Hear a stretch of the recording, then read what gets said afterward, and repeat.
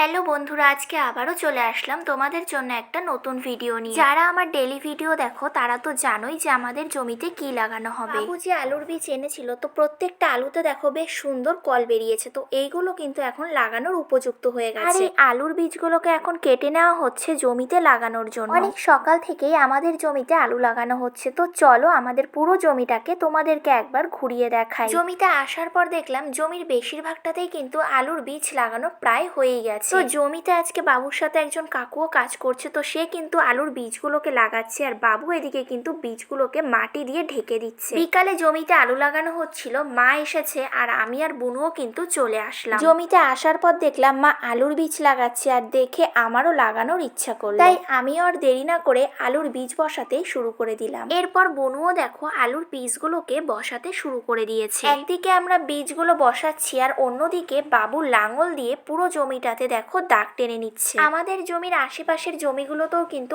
আলু লাগানো হচ্ছে। আজকে এই পর্যন্তই, দেখা হবে অন্য কোনো নতুন ভিডিও নিয়ে।